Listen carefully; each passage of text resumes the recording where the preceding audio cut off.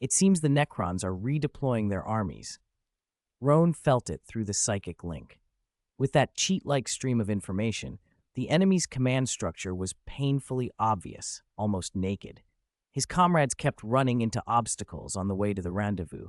A permanent Necron sentry turret blocking a road, another squad bogged down by swarms of expendable constructs, a massive blackstone gate sealing an intersection and forcing time-consuming breaching operations. No one had been routed yet, but things were far from good. The enemy was concentrating forces, preparing for a decisive strike. "We can't let these abominable Xenos have their way," Archmagos Call said. "The crucial factor is our route," he added. "Not only do we have the best firepower here, but because we weren't teleported away, we sit farther from the Tomb World's center. The enemy has underestimated us." "Then we move faster," Roan replied. "We take the chance and link up with the others." Retreat wasn't an option. Not everyone could warp back, and Roan wasn't about to abandon the exploration over a setback. He checked the distances to the nearest teammates and opened his eyes. "Let's go. This way." They pushed deeper into the Tomb World, accompanied by a host of hovering servo skulls. As they advanced, Necron resistance intensified. Elite units began to appear. Usually the servo skull's suppressive fire was enough, but ahead a thick blackstone tomb door barred their way. Call, watching through an auger sensor on a servo skull, reported, "There are massive high-energy signatures behind this door. The Xenos have established a sophisticated defensive position." "As I thought," Roan said. He rechecked the positions of his teammates. Lucia and the Firstborn were already close, but the Necron defensive ring had to be pierced before they could regroup. Call had already begun using his reality warping ability as an improvised humanoid STC, improvising tools and breaching protocols on the spot. 10 minutes later, the door blew apart. A violent explosion cracked it into pieces. Dust and smoke filled the air. Behind the shattered entrance, the Necron defenders were not infantry but war machines, Triarch stalkers, Doomstalkers, annihilation barges, turning their weapons toward the breach and unleashing a concentrated hell. Tesla arcs leapt between targets. Searing rays melted matter with unbearable heat. Heavy Gauss cannons began to unmake atoms, and particle emitters spat antimatter. The doorway became a funnel of lethal energy aimed at wiping out any life. Antimatter and Gauss beams hammered at personal void shields, but could not overload them. From the smoke and flame, the Cybernetica automata marched out, emotionless and methodical, locking targets. "Back up fire now!" Call barked from the rear. The relics of the Adeptus Mechanicus answered, an unrelenting war of machine against machine. Bolter fire thudded in a continuous drumbeat. Leonardo's face was placid, his aim was merciless. He picked off Canoptech scarabs and wraiths with surgical shots. Those miniature constructs meant for maintenance of the Tomb World became deadly in swarms, capable of overwhelming whole squads if unchecked. "What a nuisance," Leonardo muttered. "If only Inquisitor Sibylla were here, one psychic blast and the area would be clear." Facing overwhelming numbers, the Imperial Guard units had to fight a cautious withdrawal, but the scarabs couldn't match Leonardo's speed. He was more than capable of holding the line, for now. Then, as if on command, the scarabs withdrew in a chittering cloud. An elegant Necron, tall and pale, stepped forward carrying a long staff. "Who goes there?" Leonardo demanded, wary. Trazyn spoke with exaggerated pomp, voice lilting over the ruin. "I am the Endless Terracin, Overlord of Solemnus, Grand Archaeologist of the Prismatic Gallery, and—" "Xenos, I have nothing to say to you," Leonardo snapped. He did not wait for the boast to finish. He leaped forward, a blur, and his guardian spear slashed in a single killing arc at Trazyn's head. Clang! Leonardo's helmet betrayed a look of stunned disbelief. Another guardian spear, one crafted in the style of the Imperial Guard and not a common Necron weapon, had come up from beside Trazyn and intercepted the strike. "How disappointing," the undead overlord intoned, leaning on his staff. "Xenos, always Xenos. Do you know how many times I've been called that? I expected a man of the guard to show more imagination." Leonardo said nothing. His gaze was locked on the figure at Trazyn's side.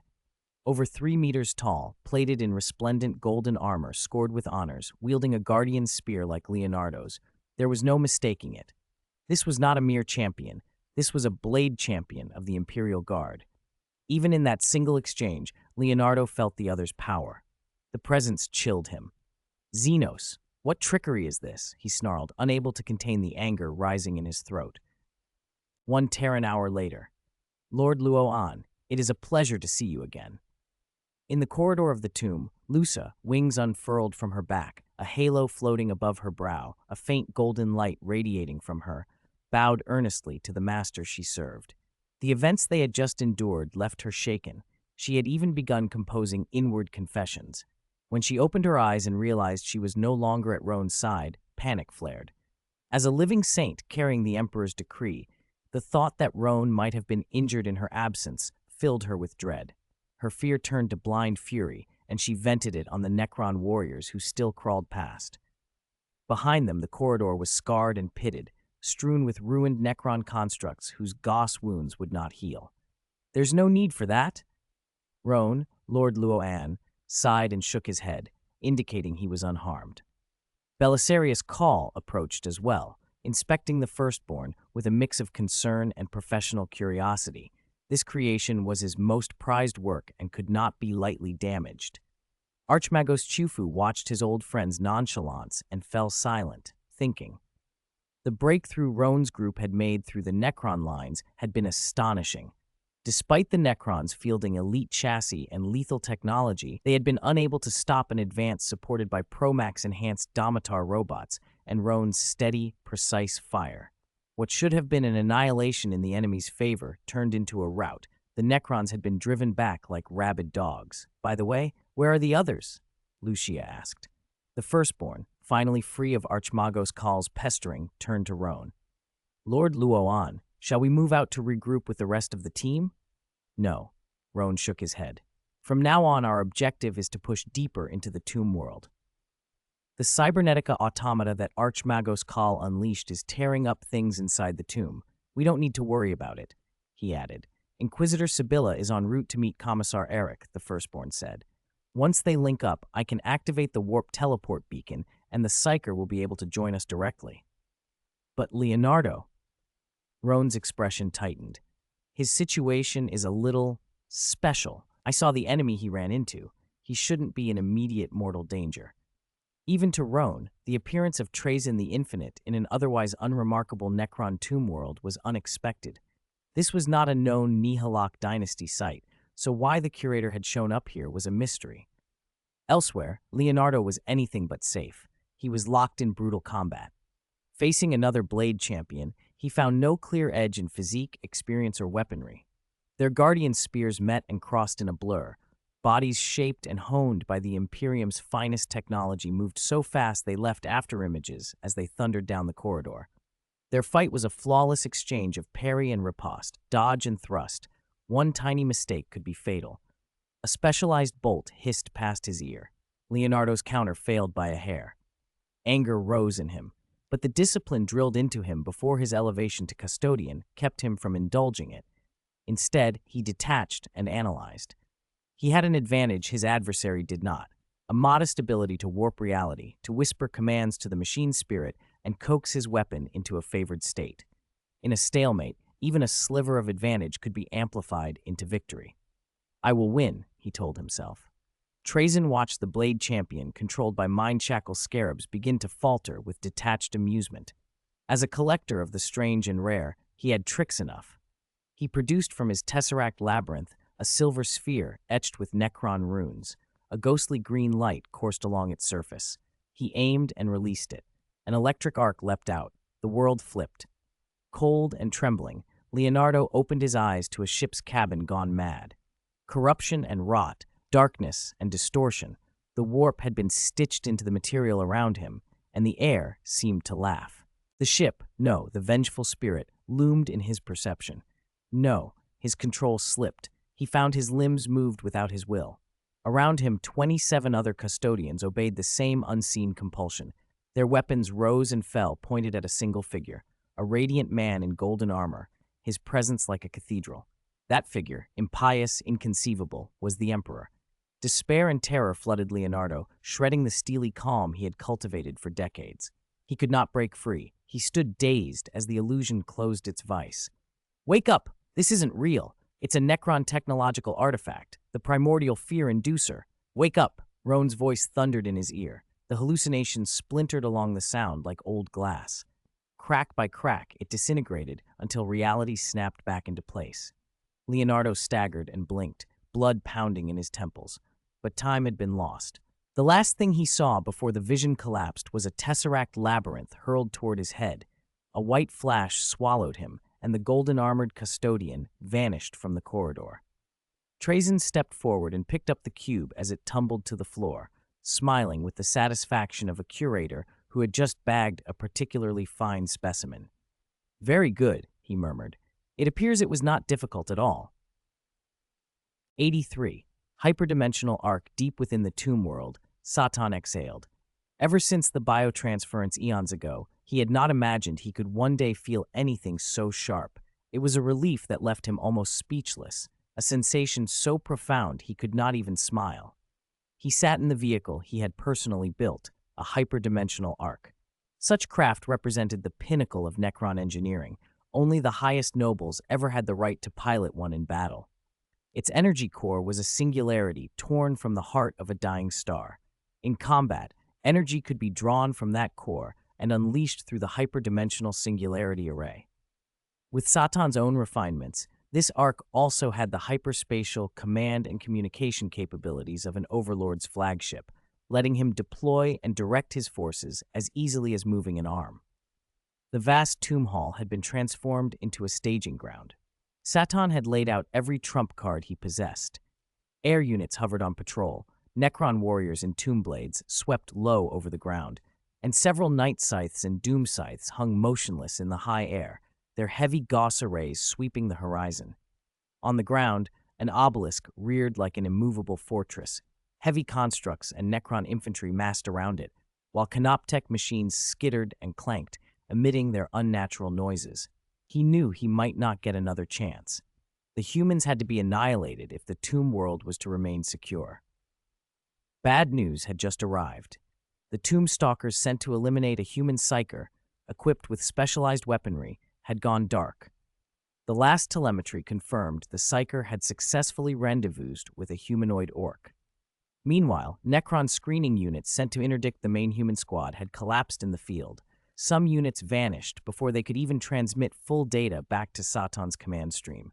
The humans were no longer being fragmented by void teleportation. Fully assembled, they were pushing straight to the city gates. Satan laughed inwardly, a thin, bitter sound. The last time any force had driven him like this, was it not during the war in heaven? If humans were capable of such strength, why had no one told him? He had already combed the memories of the civilians he'd taken and studied the Imperium at length, a decaying empire grasping at false faith. How could the first exploration team to arrive possess such overwhelming combat capability? With this technology, why do you not care for your own people? Were Necrons the only ones divided into classes, hoarding comforts while others rot? He almost cursed at the irony, and then the comm interface chimed. Satan connected. "Wait, are you about to throw everything at these humans in a decisive engagement?" he asked. Trazyn's voice sounded from the feed, oddly taken aback. "Aren't you considering retreat or a different approach? This human squad's strength is unnerving. You could pull your forces back through the Eternity Gate. My tomb world has space enough to harbor your assets." There was a pause. Satan was too resolute for tactical hedging. "I will not agree." "Why?" Trazyn pressed. "Because I have a goal," Satan said quietly. "I want to reverse biotransference. I will not permit this cold, mechanical body to be my eternal fate." Trazyn fell silent for a long moment. Biotransference was the source of almost all Necron suffering. The loss of flesh meant the end of reproduction and a seemingly bleak future for their civilization. Their cores had become unreliable, memory loss and erratic temperaments were increasing. If every Necron became an emotionless automaton, the last echoes of their culture might truly die. Trazyn had never expected his old friend to be so consumed. "All right," Trazyn said finally. "I respect your choice, but don't be reckless. I still have a contingency." Satan's voice took on a half-smirk. "Even if the enemy can punch through your deepest formations, as long as the shard of the Star God strikes, everything will be set right." "Use it with caution," Trazyn warned. If the hyperdimensional prison is damaged and that shard escapes, you will be in far worse trouble. The damage to the tomb world could be catastrophic. Satan bowed his head in acknowledgement. I understand. They went silent. Time stretched. Satan's forces braced for the clash. Then, as the expected hour arrived, Roan's squad came up the approach. Boom! A deafening detonation shattered the tense calm. The tomb gate at the hall's entrance ruptured, as if it had been a sealed chamber filled with trapped energy. Under the impact of a quantum annihilator, subatomic fissures opened and collapsed, and the gate disintegrated in an earth-shaking blast. A dozen cybernetica datasmiths formed a protective ring, their personal void shields flickering into place to shelter Roan and the others as they emerged. Roan himself glowed with surprise that they had not yet been hammered by defensive fire as they crossed the threshold. He signaled his squad to halt at once. But then the Necron battle formation came into view, and the threat was unmistakable. Everyone snapped to alert. Above them, from the hyperdimensional arc, Satan's voice, amplified and cold, swept over the chamber. I am Satan, the Voidbringer, tomb technician of the Ignatus dynasty. His address carried with it the mechanical pride and long endurance of the Necron. Satan descended into the hall's acoustic field and continued, voice even and carved of metal. Humans, speak. Why do you invade the tomb world where I sleep? Author's note on launch. Hello, everyone. As a newcomer writing this for the first time, I'm a little nervous and not sure what to say. I'll start with what everyone cares about most. The book goes premium tomorrow. There are about 5 chapters ready, roughly 10,000 words in total. After that, I will do my best to keep a daily update of 6,000 words. I know many web novel authors consider that a relatively small amount, and I'm sorry about that. The main reason is I'm still writing part-time. You can probably guess that from the contemporary memes in the story and the irregular update times. I really didn't expect the book to do so well. I want to thank everyone for your support. Your follows, recommendation votes, monthly tickets, and even tips have gradually helped the book reach this level. Thank you all again. I also want to thank my editor, Great Penglay. I'll probably never forget the sense of relief when he picked me up the day I fell out of the initial editor group selection and landed in the crossover pool. Finally, I hope everyone can support the book with a first-day subscription. It means a lot to me. Thank you all. Below are book recommendations from fellow group members. Warhammer, Dream of Shining Gold. Gourmet Food, Random Stalls. Even the little bras are crying from hunger. Supposedly a private enterprise, what the hell is a supersonic missile? In Warhammer, starting by picking up Sanguinius, becoming a saint through destiny, starting as a young master of the Republican era. Comprehensive network, starting as a summoner, AFK farming maps, school transmigration, survival. I can synthesize everything. Horror multiverse. I am the god of theater, becoming a martial saint, starting from the long river of time. Hearing the Necron's words, everyone present exchanged glances. Inquisitor Sibylla finally stepped forward to take on the negotiations. She folded her will into a psychic echo and let her voice roll across the chamber. There is nothing to be negotiated between humans and Xenos. This place is the sacred property granted to us by the Emperor. Your very presence defiles the Imperium of Man. Are you joking? Sautek's voice slid out, almost amused with contempt. Is this some uniquely human sense of humor? You accuse the great Necron dynasties of defiling your sacred domain? He sounded incredulous and furious at once.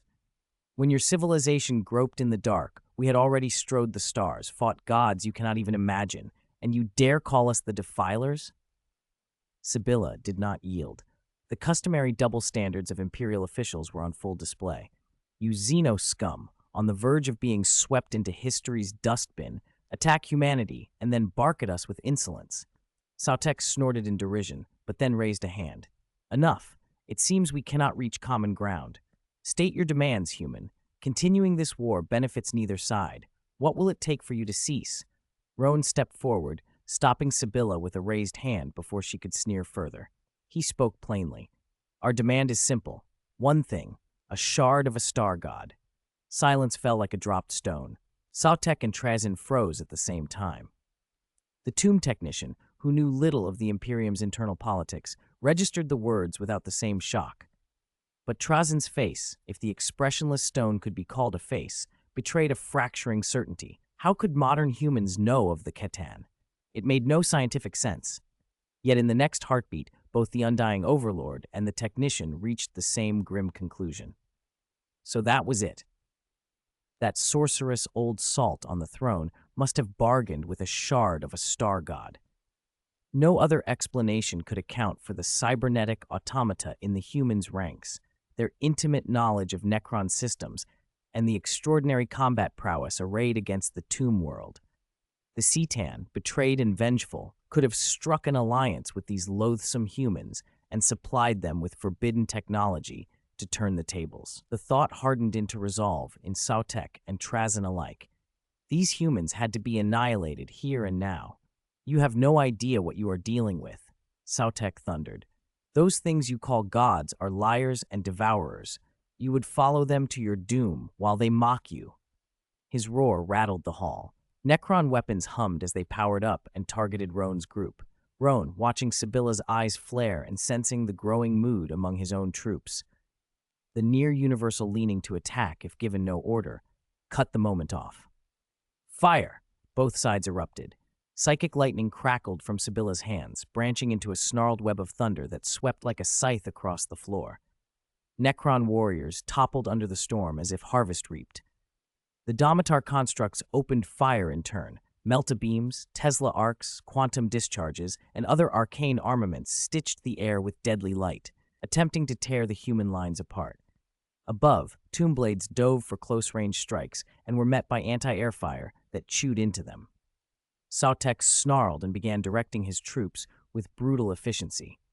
One of the obelisks came alive. The heavy Tesla arc cannon howled, sending massive bolts of crackling energy toward Roan's formation like malignant dragons.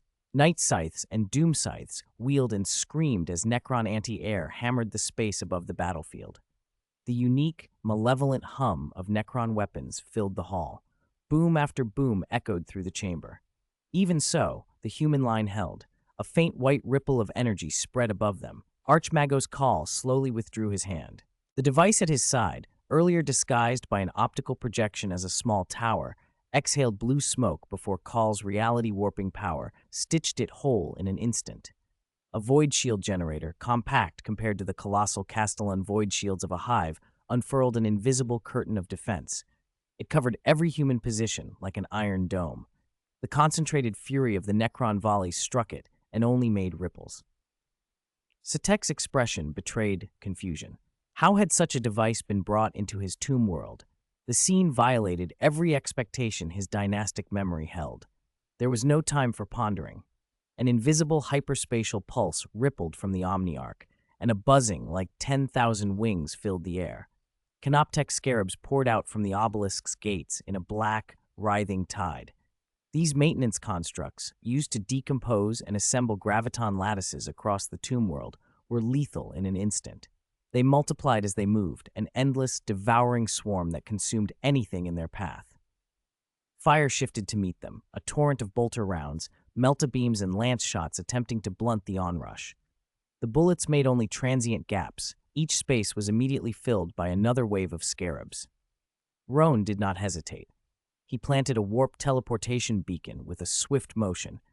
A flash of white light opened, and 30 space marines in Terminator armor, backed by a dozen dreadnoughts, appeared amid the scarab sea. Assault cannons and heavy melta-guns tore into the swarm. Promethium flamers licked through the crawling mass. The sudden arrival of heavy killers transformed the tide. The scarabs were contained and crushed, their black bodies smoldering under a hail of shells and flame. Freed from the immediate threat, Roan's forces refocused and resumed hammering the Necron ranks. The tomb technician at the Omniarch watched his constructs disintegrate under the new arrival and could no longer remain a bystander. He moved the vast vessel forward, seeking a firing angle. From the Omniarch's forward cannon erupted a brilliance like a miniature stellar storm. The Auspex reading spiked so hard that Archmago's call's composure shifted. He allowed a genuine, thin line of alarm to show. The high-energy particle beam slammed into the void shield. The shield shuddered, a groan of strain passing through its field. The protective dome warped and flashed under the impact, pushed to its limits as the Omni-Arc's stellar blast hammered at it. Wait, this thing! Roan's face tightened. It wasn't the sheer power of the flying machine that unnerved him. He had seen far worse weapons. It was that the craft, its energy shields, anti-gravity suspension, self-repair systems, and the way it fired devastating shells pulled up memories he would rather forget. It was roughly the same size, moved the same way. The more he thought about it, the stronger the terrible sense of déjà vu became. Roan had always controlled his reality warping carefully. He hid it so well that no one suspected. But now the disgust that surged through him spilled out, palpable enough that his teammates felt it as a shared shiver, and faintly, images formed in their minds, an unblinking drone shaped like a raptor. "What's wrong, Lord Roan?" the living saint asked, unable to leave the protection of the void shield because of the enemy's overwhelming firepower. Concern sharpened her voice. Roan forced the nausea down. Nothing. Just unpleasant memories. That bombardment from above dragged him straight back to being hunted by the Kunpeng series Godslayer drone in his past life, the one fielded by the Global Occult Coalition. He had been a mere level 2 reality warper then. If he hadn't been hoarding anomalous artifacts and weapons, that damned thing would have killed him. Even the Omni-Arc, this universe's pinnacle of technology, powered by a dying star, felt less terrifying to Roan than that drone. The Omni-Arc had no Scranton reality anchor to cut off impetus, no reality annihilation warheads, no thaumaturgical defense shields. He let out a breath. Fine, just this once. Roan abandoned his usual habit of tamping down sensation. Instead, he fed the spike of emotion into his power. A tiny, absolute black spot blossomed in his palm, a miniature black hole. It floated there without warping the surrounding space, the way physics should demand, and yet it had an impossible presence that held everyone watching. Unbelievable. The power of the Omnissiah, Belisarius Call murmured, and almost by reflex, began a soft recitation of the Adeptus Mechanicus binary prayers to steady himself. Roan didn't hesitate. He pulled his arm back, executed a perfect shot-put throw, and sent the miniature black hole arcing toward the Omni-Arc that hung in the air. This can't be. The tomb technician watching the projections stared at the abnormal energy signature in disbelief. Roan's reaction had been quicker than anyone expected. The Omni-Arc tried to evade. Sotek triggered the emergency evasion protocol, and the Arc carved a razor-thin afterimage through the sky in a desperate, sharp-angled maneuver. Most attacks would have missed. Not this one. The black hole seemed to have eyes. It subtly altered course and slammed into the Omni-Arc with force. Time felt suspended as everyone watched. The little void ripped at space like a tear in a parchment world, sucking in everything nearby with a hunger that made the air vibrate. Even the Omni-Arc's hyperdimensional and quantum shields bowed. The Arc's hull, built on the highest principles of Necron science, emitted a strained, otherworldly shriek as matter unspooled. Space-splitting sounds and the tearing of structure combined in a terrible chorus. The Omni-Arc began to come apart. Inside, the tomb technician could do nothing but throw all remaining power into the defensive arrays and hope. The black hole lasted only a moment, then winked out. It had taken more than just surface plating. The Omni-Arc was crippled. Vast portions of its hull were gone, its core singularity energy nearly exhausted, its anti-gravity engines dead. Ripped almost in two, the Necron Arc spun and fell, succumbing to gravity. Boom! The impact echoed across the battlefield. Roan let out a small, wry exhale, part satisfaction, part warning. Using his reality warping like that pushed his limits. His temples throbbed with the effort. He couldn't tell if the ache was an after effect of the power or his own imagination playing tricks. He'd already gone through phases where he couldn't distinguish illusion from reality. Experience told him not to worry. He was about to call for suppressed fire when reality shifted.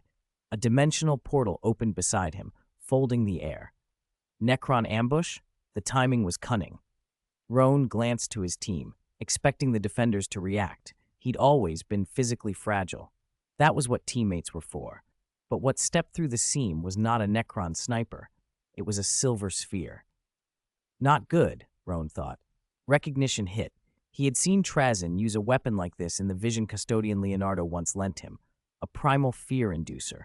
The sphere flashed with an eerie green light, and reality buckled. Endless, impossible images spilled out and swallowed the world around Roan. In an instant, the scene turned upside down. 87. What to do after death, seeking first subscription. What is a person's deepest fear? The Necron's primal fear inducer works by manifesting the target's deepest terror and freezing them in utter paralysis. In his past life, as an Imperial guardsman named Leonardo, Roan's greatest fear had been the warp's corruption, being turned against the Emperor he had served, boarding the vengeful spirit 10,000 years ago, and raising his rifle against the one he followed his whole life. But what lay at the center of his own heart now? Roan couldn't pin it down. There were too many possibilities. His previous life had shown him horrors that belonged only in nightmares. In those worlds, only the cautious and reverent survived. There was no room for fools who didn't even know how to be afraid. Then the answer came. The scene shifted and resolved with painful clarity. Roan was lying on a gurney in a hospital, staring up at a white ceiling. Cold, incandescent light washed over his skin. He could hear the rustle of footsteps and muffled voices. Wind seemed to leak through a hole in his temple. A sharp pain flared, and a chill poured into his skull. Whose body is this? Not sure. Sent by the Global Occult Coalition. Looks like they were ruthless. I heard he was a reality warper, hit in the temple by a Hume export bullet.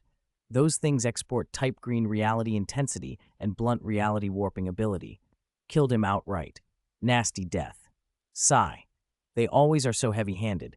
Forget it. Push him to research lab number 2. His body can still be useful. Make a reality stabilization anchor. Yes, Professor. As they spoke, the gurney rolled. Am I dead? Why is my consciousness still here? Roan tried to make sense of it. Then a cold recognition slid into his mind. Oh, of course. This is bloody what comes after.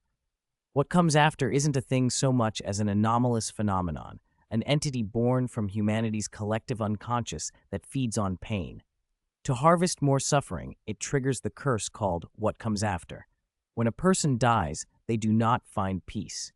Their consciousness persists in the world, forced to experience every subsequent torment, the searing heat of cremation, decomposition by microbes, the slow rot of flesh. The agony never stops. Even if the remains are scattered into elemental particles, the perception of pain continues. Indeed, fragmentation only intensifies it. Roan remembered, when he'd first arrived in the containment facility world, how he had immediately looked for a way to notify the facility. He had wanted to die cleanly, utterly. From later encounters and travels across strange universes, he had learned that at least in the universe he'd been inhabiting, what comes after did not exist. He had never expected to experience it like this. His reality warping ability had a double edge. Now it had given the fear form and bound him. He forced himself to think otherwise, to stop thinking at all. Calm down, wake up. Back in the Tomb World Hall, the battlefield's violent exchange of fire froze into a strange lull. Both sides' commanders fell silent, trying to recover from a baffling base swap.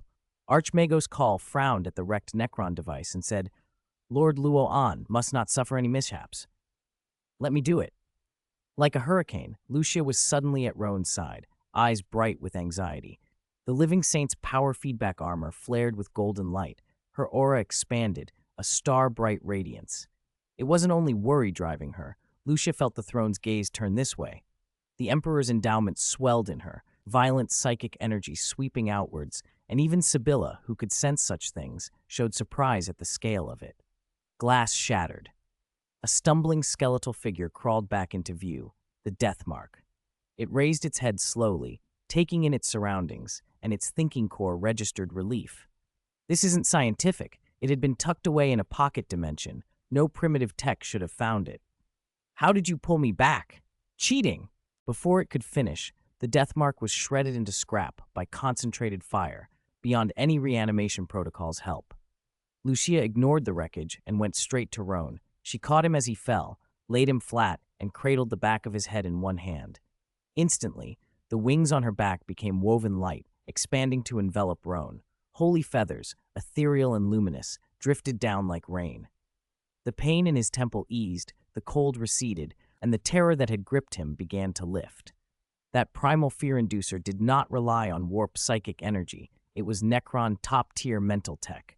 But as Lucia herself seemed to say, if you want to trade in technology, I'll answer in theology. However clever your trick, it's no match for the faith of the ecclesiarchy. Within the illusion, Roan felt the pain diminish, soothed as if held in a warm embrace. He let out a trembling breath, the edge of fear finally dulled. All right, time to wake up. Spiderweb cracks ran across his vision and then burst into brilliant white. Roan opened his eyes. The world had snapped back to normal. Fine. Fine, Trezin. So that's how you want to play. Roan's annoyance flared at being ensnared by another's game. Looks like I'll have to turn up the heat on you. 88. Night at the Museum. Mini version. Trezin did not indulge in needless risk. Even as a clone rather than his original, he was far too valuable to squander. He was holed up in a warehouse on the Tomb World, remotely directing the forces he'd brought with him. The local Tomb World technician had already mustered every Necron soldier available, and given the size of that army, Trezin knew his direct intervention would change little. So the adaptable undead overlord set a plan in motion. He would send the Death Mark, capable of slipping between dimensions, carrying a primitive fear inducer to blindside the enemy, then decide whether to follow up with teleporting assault troops based on how the situation unfolded. He had not counted on what actually happened. Trezin rubbed the cold of his metal skull with a bony hand and stared, baffled. The thing that had just brought down an Omniarch looked like a black hole. Its energy signature matched a singularity, but it could not possibly be one. How had it appeared? Worse, the Death Mark, hiding in a nearby void node, reported that whatever it was had been hurled barehanded by a human-looking individual. Humans from Terra taking pebbles out of their pockets to shoot down a Necron Omniarch? Was someone writing an Imperial textbook on gratitude now? He could accept a vortex grenade. The Imperium had some crude warp knowledge, but a black hole? That was beyond not just humanity, but even the Necron's usual concerns. Trezin summoned every scrap of knowledge he possessed and tried to assemble a plausible explanation.